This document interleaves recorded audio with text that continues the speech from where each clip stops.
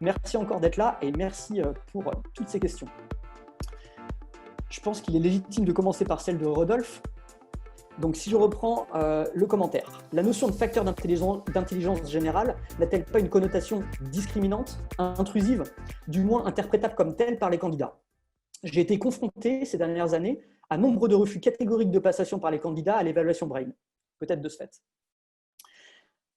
Alors, ça, comment le dire? Pour moi, je comprends la réaction des candidats sur ce sujet. Je peux l'expliquer par le fait que les tests de raisonnement classiques sont très scolaires. Ils ont un format très scolaire.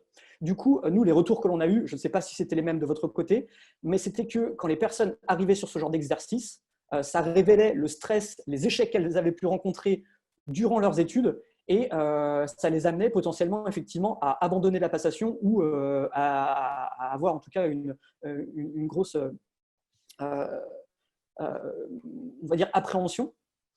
Ce qui est dommage. Et donc, je pense que c'est l'association entre ce côté scolaire qui est perçu comme aussi inégalitaire que l'on retrouve ici, qui peut créer cette impression. Alors que là, tel qu'on a pensé la version, justement, c'était un de nos prérequis. On voulait quelque chose qui sorte du format scolaire parce que justement, cette passation du raisonnement, elle lutte contre les injustices liées au diplôme. Notre objectif, c'est de créer un équivalent, en fait. Plutôt que de se centrer sur le diplôme qui avant était la référence pour dire est-ce que les personnes sont intelligentes ou pas, alors que ça ne marche pas, tout du moins ça ne marche plus, le diplôme n'est plus l'équivalent d'un niveau de raisonnement.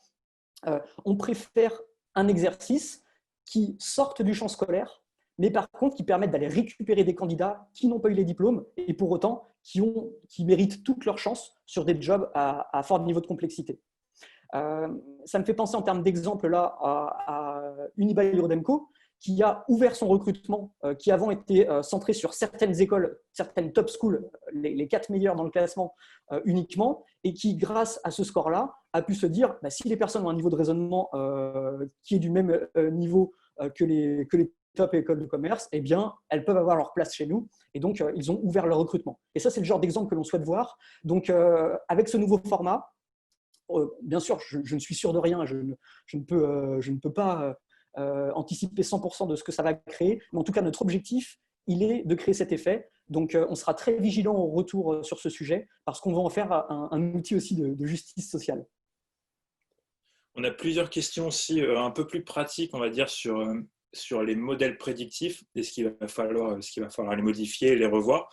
Là-dessus, tout est fait automatiquement. Comme l'a dit Simon tout à l'heure, on a beaucoup analysé les équivalences entre l'ancien Brain et cette nouvelle version.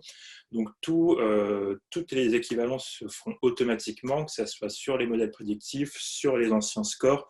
Donc, vraiment, aucune action de la part des clients sera nécessaire et tout sera automatiquement. Et tout à fait. Et précisément, tous les modèles créés à partir de l'intelligence artificielle avec nos algorithmes automatiques, on s'est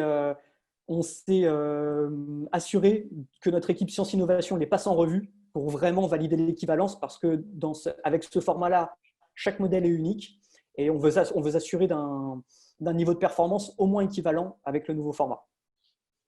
Ensuite, est-ce qu'il est nécessaire du coup de repasser le Brain? Si vous l'avez fait récemment, pas forcément, mais je vous invite réellement à le faire parce que, comme on essaye de l'expliquer depuis tout à l'heure, c'est réellement une nouvelle expérience. Donc, même de votre côté, c'est très intéressant de la découvrir. Donc, même si les anciens scores restent fiables et valides, je vous invite réellement à le repasser. Et donc, pour répondre à la suite de votre question, non, c'est pas nécessaire de refaire les 3 et vous pourrez directement repasser le questionnaire Brain uniquement.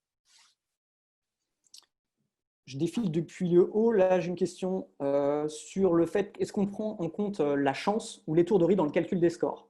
Alors, tout à fait, et c'est l'intérêt d'un scoring IRT, donc Item Response Theory, c'est qu'il peut posséder différents paramètres, dont le facteur chance, ce qui fait que si on constate par exemple qu'un candidat a répondu à un item complexe de manière correcte et qu'après il s'est trompé sur vraiment une partie d'un item très simple, on ne va pas le pénaliser parce qu'on a pu comprendre, on a pu identifier qu'il avait un niveau supérieur. Donc, typiquement, ça fait partie de la puissance de ce nouveau scoring.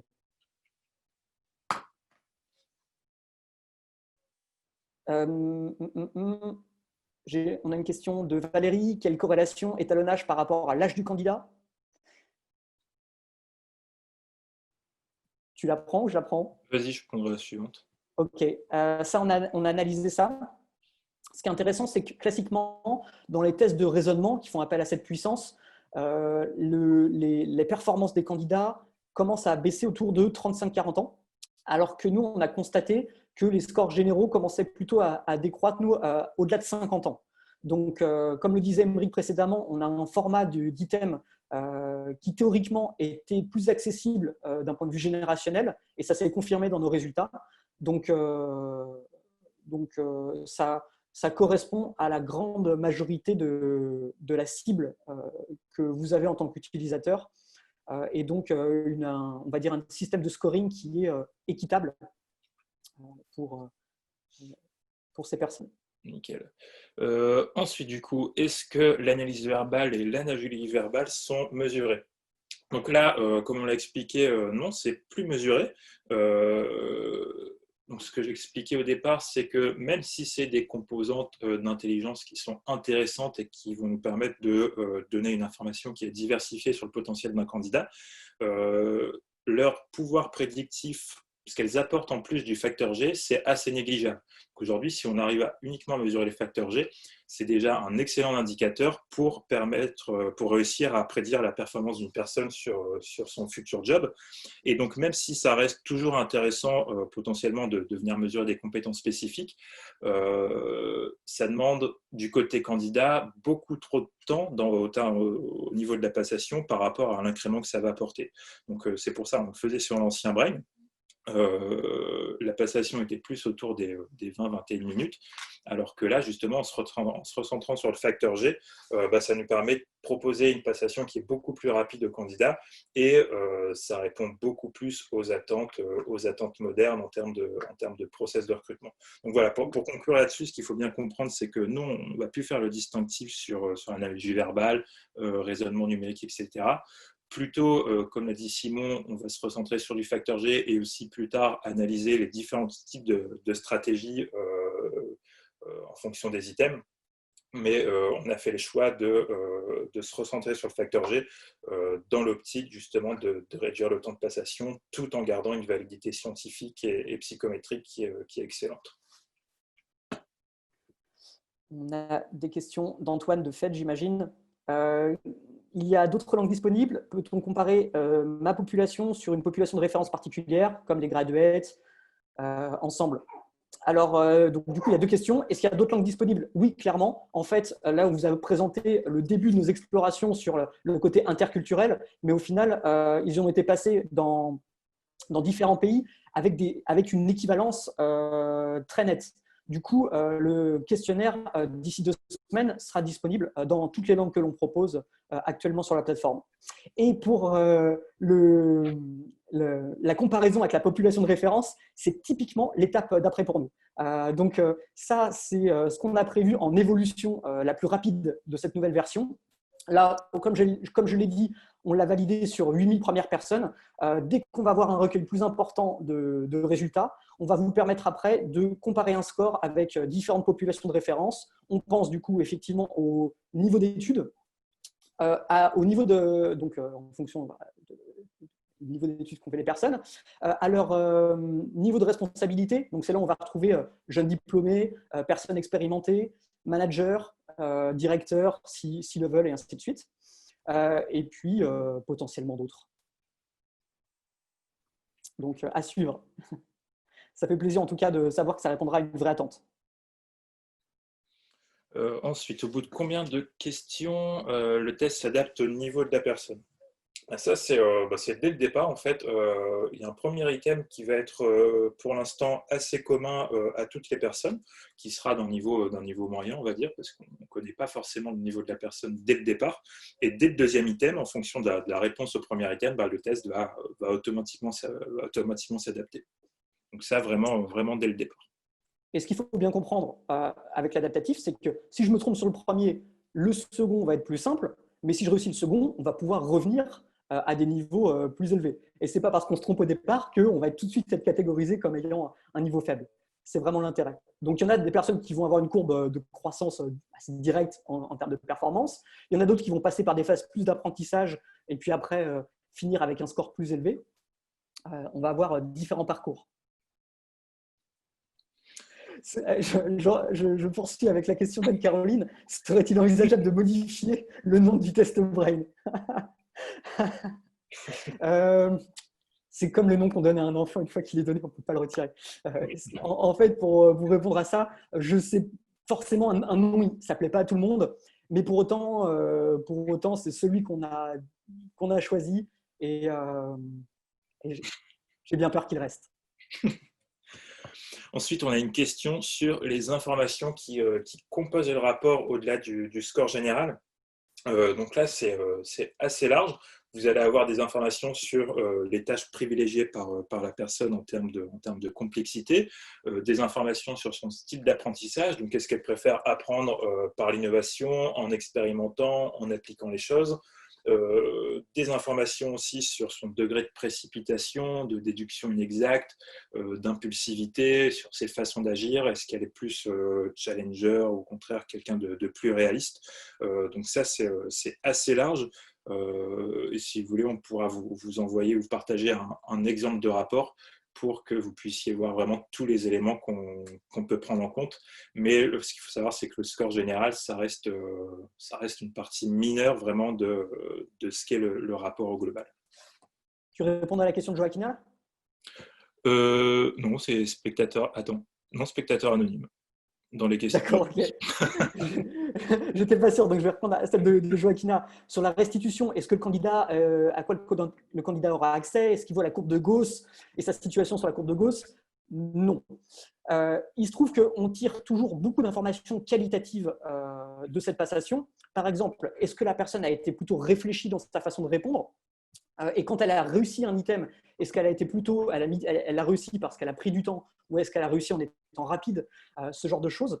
Et ça nous permet de tirer toujours les mêmes informations sur la façon dont elle appréhende la passation. Et donc nous, ce qu'on va lui renvoyer, c'est uniquement des aspects qualitatifs, c'est-à-dire est-ce que c'est quelqu'un plutôt qui apparaît comme prudent dans sa façon de résoudre les problèmes, ou au contraire qui a tendance parfois à se précipiter un peu. Et c'est le travers de chercher à optimiser la rapidité de réponse. Voilà, on va lui renvoyer plutôt sa façon de procéder et pas son score. L'objectif, ce n'est pas de déstabiliser les candidats et de les mettre en porte-à-faux dans leur confiance en eux. D'autant plus que, comme l'a présenté Émeric, pour certains jobs, ce sera vraiment préférable d'avoir 3. Les gens auront un degré d'adéquation supérieur au modèle plutôt que 8. Donc, ce serait dommage d'avoir une mauvaise interprétation.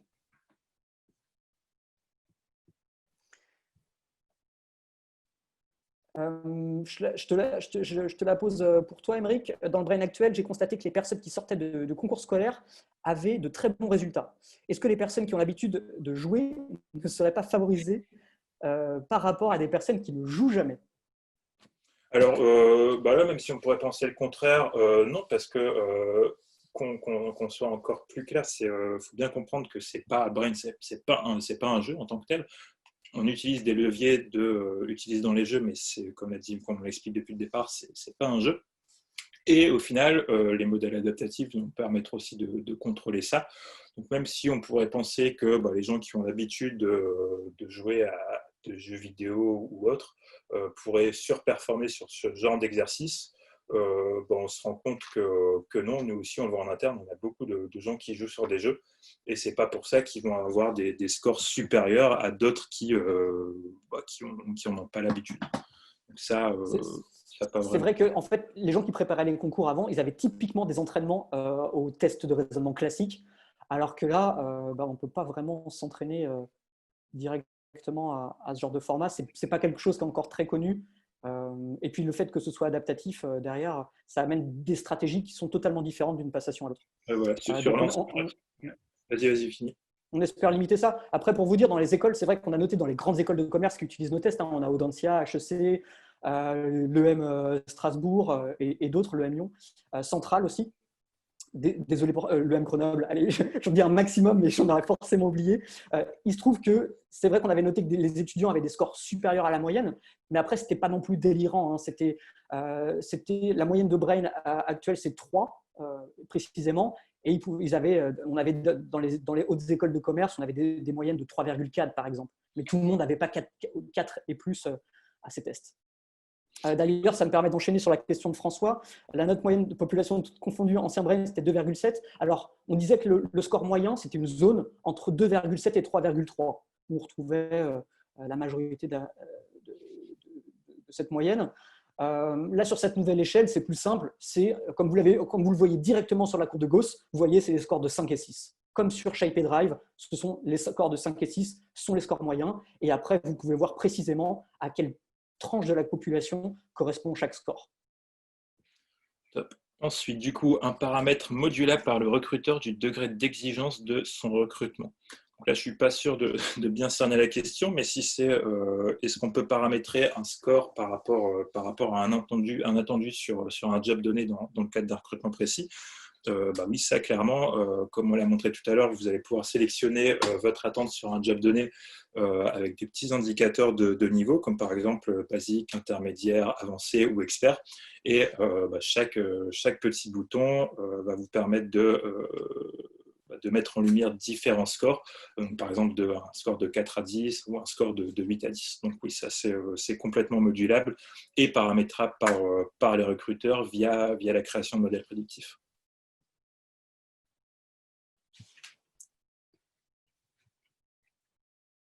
On a des beaux compliments de la part de Clément. C'est un plaisir de t'avoir ici après les années que tu as passées chez Assess First.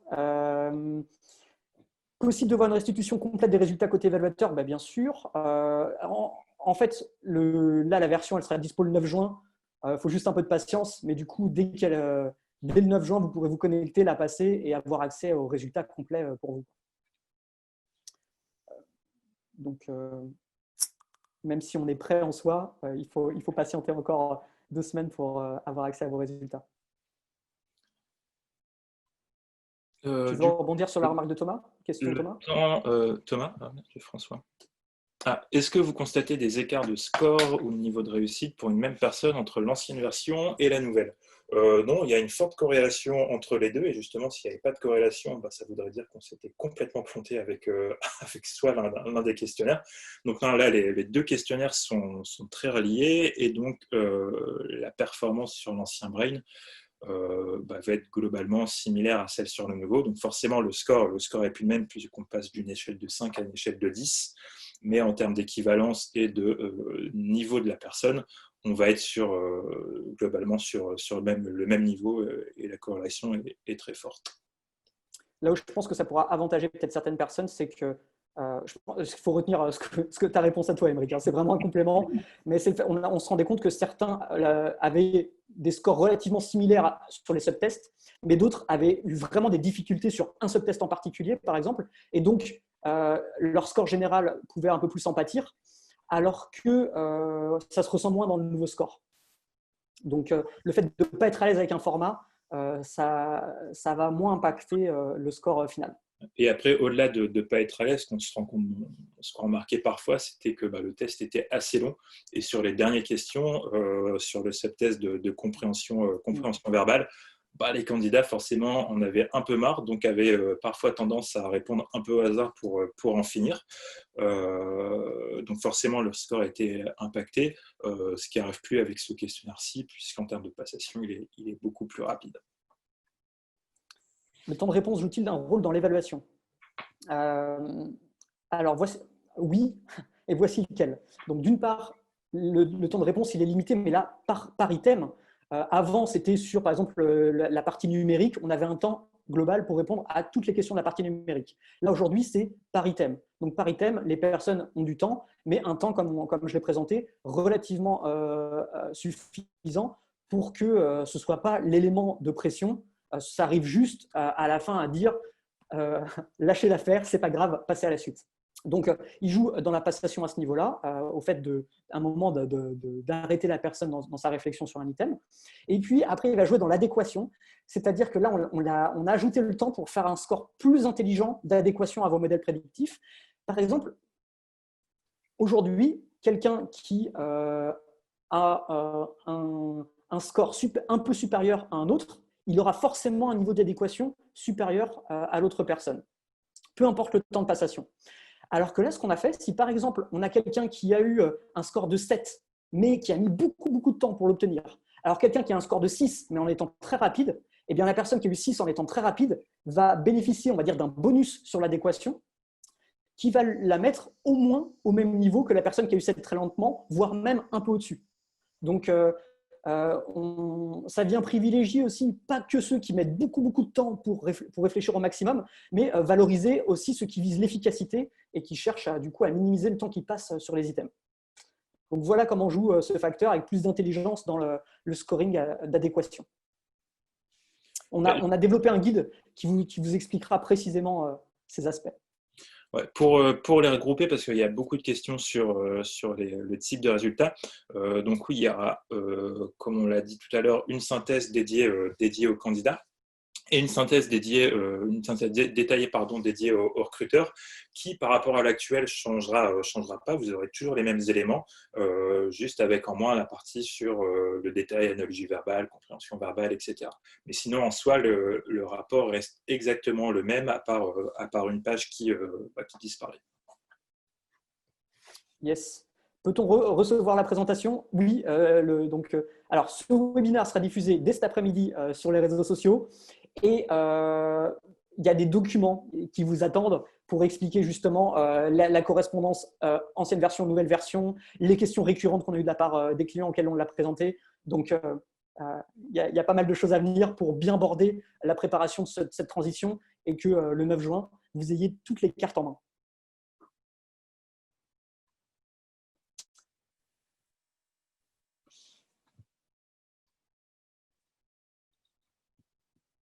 Tu vois d'autres choses? Oui, il y a une question de Myriam. Est-ce que les tests s'adaptent, changent en fonction de certains métiers? Le fait est que l'interprétation pourrait être facilitée, voire biaisée en fonction des métiers, et donc pour le recruteur fausse, pour le candidat juste justifiable. Je dirais que, en fait, sur le principe, on a un format neutre. Donc, ce n'est pas les métiers, on va dire, intellectuels, où il y a eu les gens justement qui ont préparé des concours ou qui ont fait des études qui pourront être privilégiés avec ce format d'item. On a quelque chose de beaucoup plus universel et au sens pas uniquement géographique, mais au sens aussi de l'éducation. Donc, on n'a pas prévu des questions différentes en fonction des métiers, vu qu'on est sur un format neutre. Pour autant, après, c'est tout simplement le niveau attendu. Il y a des métiers où c'est préférable d'avoir un score de 3-4 et par contre un temps rapide, parce que les personnes à 8-9, en fait, elles ne vont pas du tout se retrouver dans les métiers qu'on leur propose et vice-versa, quoi. Donc, c'est plutôt là-dessus qu'on va adapter, c'est plutôt l'attente que l'on va adapter au métier, comme dans la personnalité des motivations, finalement. C'est les mêmes questions, c'est l'attente qu'on adapte. Ce sera pareil pour ce nouveau braille. Peut-on indiquer formellement un candidat qui n'aurait pas été retenu à un poste fonction sous prétexte d'un score déficitaire au test brain? Donc là, même si je ne suis pas la personne la plus diplomate au monde, je ne vous invite pas forcément à le formuler de cette façon-ci. Ce qui va être important, c'est vraiment d'illustrer auprès du candidat que le poste qu'il vise par rapport aux résultats à ces questionnaires, sans forcément focaliser sur Brain, ce n'est pas forcément adapté à son potentiel, à ce qu'il souhaite faire. Et donc là-dessus, on vous oriente grandement justement sur le type de questions que vous pouvez poser en entretien pour bien valider justement que le candidat sera potentiellement en difficulté par rapport aux missions qu'ils vont lui proposer sur un job donné. On pourrait très bien se retrouver avec quelqu'un qui est un peu en dessous, mais en entretien, vous dites par rapport aux questions qu'il vous donne, au projet qu'il a pu gérer, qui pourrait quand même réussir. Donc, c'est un critère, pour moi, ça reste un critère de sélection. Je ne le formulerai pas aussi directement. Mais oui, si un candidat est en dessous d'une attente sur cette partie-ci, il y a de fortes chances qu'il soit mis en difficulté par rapport aux attendus du poste, qu'il soit aussi en échec et qu'il quitte l'entreprise assez rapidement. En fait, très clairement, pour compléter, si une personne a un score en dessous de l'attendu, en entretien, la validation, l'équivalence en tout cas qu'on peut aller chercher pour voir si le décalage est compensable ou non, c'est ce que la personne a pu montrer une capacité à réussir précédemment sur un même type de complexité de tâche, le plus proche possible de ce qu'on va lui demander. S'il n'y a pas d'équivalence possible, dans ce cas-là, effectivement, il vaut mieux pas aller plus loin. Si jamais il y a une équivalence possible, bien, dans ce cas-là, ça peut venir compenser un décalage au score. Une personne aura peut-être par un parcours particulier, pu apprendre à gérer une complexité précise de tâches que l'on va lui confier par la suite. Et donc, là où on peut amener ce sujet, c'est si jamais en entretien, on valide avec elle qu'elle n'est jamais intervenue sur ce niveau de complexité de poste, de tâche, dans ce cas-là, indirectement l'amener comme ça, en disant, au regard des activités que vous avez gérées jusque-là et celles attendues dans le poste, on évalue que le gap est trop important. Et donc, il serait plus intéressant pour vous de privilégier des tâches sur lesquelles on est en capacité de garantir votre succès. Une remarque d'Amid, je pense que ça va concerner pas mal d'entre vous. Je démarre un projet d'évaluation entre le 1er juin et continuera jusqu'au 20 juin. J'aurai effectué des comparaisons. Que faire à votre avis? Eh bien, c'est très simple. Pour vous, il n'y a rien à faire. On a, comme les 8000 personnes qui ont participé, qui ont contribué à la validation de cette nouvelle version, avaient passé la précédente, en tout cas l'actuelle version de Brain, on a pu réaliser des équivalences précises qui permettent à la fois sur les scores obtenus par les candidats et à la fois sur les modèles prédictifs en termes de zone de score attendu, ce qui fait qu'il y aura vraiment une équité entre les personnes qui compléteront la version actuelle entre le 1er et le 8 juin et les personnes qui compléteront la nouvelle version entre le 9 juin et le 20 juin. Donc le 9 juin, ce qui se passera, c'est que toutes les personnes qui l'ont passé avant auront un nouveau score, donc plutôt d'avoir un score sur 5, elles auront un score sur 10, et elles seront comparables avec les nouvelles passations. Donc là-dessus, vous pouvez être rassurés, il y aura vraiment une équité dans le traitement. Pas de nouvelles formations prévues, Magali, en soi, parce qu'on est sur le même sujet. Comme l'a dit Émeric, vous allez voir, les rapports sont vraiment équivalents. Donc en soi, on traite la même chose. Ce qui change beaucoup plus, c'est l'expérience de passation et le rapport à cette évaluation-là, plutôt que la façon derrière de traiter le score. La façon d'interpréter reste la même. Après, ce qu'il faut savoir, c'est qu'il n'y a pas de formation nécessaire en plus, mais on enverra à chaque client les manuels de validation, d'interprétation et de compréhension du questionnaire actualisé. Donc, vous aurez toutes les informations dans ces manuels. Et si jamais il vous reste des questions, il faut savoir que nos équipes restent toujours disponibles. Ensuite, François, de ne pas avoir été très clair dans ma réponse. Du coup, le paramètre pour filtrer les candidats, ce n'est pas sur la difficulté du test. Ils auront tous accès au même questionnaire. Par contre, c'est dans vos attentes. C'est vous qui dites je veux aller chercher les 30% des meilleurs scores ou les 50% ou les 70%. C'est vous qui fixez votre critère de sélectivité. Ensuite, ce jeu gamifié peut-il être utilisé par des enfants ados pour préorientation? Alors ça, carrément, et on a eu plusieurs exemples en interne de collaborateurs qui ont fait passer le questionnaire à leurs enfants, avec plutôt parfois des bons résultats. Donc là-dessus, oui, clairement, et en termes d'expérience utilisateur, que ce soit pour même des profils plus jeunes au lycée, au collège, ça peut être intéressant. Donc là-dessus, vraiment aucun souci pour y aller. Ensuite, il y avait aussi une question d'Étienne Philippe. Tu me dis si tu la comprends comme moi, Simon. Vous avez attribué chaque carte de cercle à un profil bien défini. Quelle interprétation faites-vous de cela? Donc, on parle bien des circle graph, tu penses? Je pense. Oui. Donc là-dessus, au niveau du circle graph Brain, donc en fait, pour ceux qui ne connaissent pas, on avait une petite visualisation sous forme de cercle avec les 4 types de raisonnement et pour voir rapidement à l'œil nu sur quel type de raisonnement la personne était plus à l'aise. On a adapté ce circle graph pour Brain en le basant sur les styles d'apprentissage. Donc en venant le survoler, vous verrez directement quel style d'apprentissage est privilégié par la personne, soit de l'innovation, soit de l'application, de l'expérimentation ou alors de l'approfondissement. Mais ils sont toujours actifs. Une question de Florent. Quel étalonnage faites-vous sur Brain concernant les tâches privilégiées? Que cela signifie-t-il? Alors, si on parle bien d'une partie effectivement en tâches privilégiées, complexe, intermédiaire ou simple, c'est une transcription qualitative du niveau global de la personne. Généralement, les personnes qui ont des scores élevés privilégient des tâches complexes. Elles aiment bien du coup être challengées intellectuellement. Du coup, on va évoquer le fait qu'elles privilégient les tâches complexes de cette façon. Tâches intermédiaires, c'est-à-dire à la fois de la complexité, mais aussi une capacité à intervenir sur des tâches où c'est, on va dire, peut-être dit basiquement, mais moins prise de tête. Et puis, on a des personnes qui seront plus à l'aise sur des tâches simples, tout simplement parce qu'elles ont des scores plus faibles sur ce type de test. Et ça veut aussi dire qu'au quotidien, l'intérêt pour elles, ce n'est pas d'aller chercher le challenge intellectuel, mais plutôt de faire ce qu'elles connaissent et ce qu'elles maîtrisent et d'avancer sur ce type de tâches qui leur sont simples. On l'a mis aussi de façon tâche simple, dans la mesure où c'est des personnes dans la littérature scientifique que l'on retrouve comme s'ennuyant moins rapidement. Donc, c'est plus facile pour elles de faire des tâches simples sans avoir besoin de très vite passer à autre chose.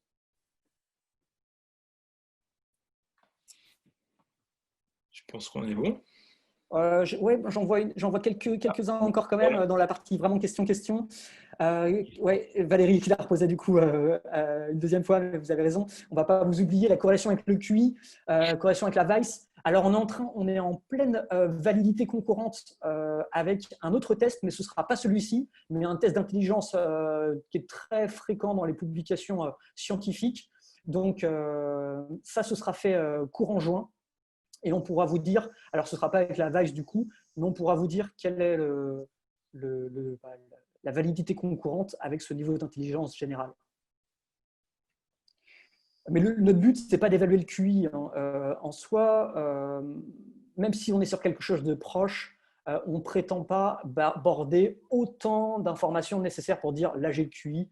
On veut juste un indicateur fiable obtenu le plus rapidement possible qui vous permettre d'anticiper une capacité de succès en fonction de la complexité des tâches que vous allez donner aux personnes. Ce qui me permet d'aller peut-être sur la question de Céline pour l'utilisation dans la partie mobilité de carrière. Donc, Émeric, tu avais déjà répondu, pas besoin de le refaire repasser Brain. Bah non, mais tu avais déjà répondu en fait. Juste une question d'Amine qui vient d'apparaître. J'ai raté le début de la présentation. Oui, le replay sera mis dès cet après-midi sur LinkedIn notamment. Donc, possibilité d'y accéder rapidement. Dans tous les cas, c'est vrai que par rapport à la mobilité de carrière, ce qui compte, c'est de se dire plus on a un score élevé, plus les personnes vont pouvoir aller chercher des parcours très différents de ce qu'elles connaissent actuellement, parce qu'elles ont une capacité d'apprentissage élevée. Plus les personnes ont un score faible, plus il faudra chercher à transposer ce qu'elles font aujourd'hui à leur prochaine expérience. Alors, ça ne veut pas dire faire le même job, mais ça veut dire que c'est important, si vous voulez garantir un succès dans leur transition, c'est important aussi pour ces personnes de ne pas perdre confiance et se retrouver en échec, mais d'avoir une capacité du coup à retrouver leurs repères, parce qu'elles auront plus de difficultés à passer à quelque chose de totalement différent de ce qu'elles font aujourd'hui. Donc, c'est très, très utile dans une perspective aussi de mobilité d'orientation.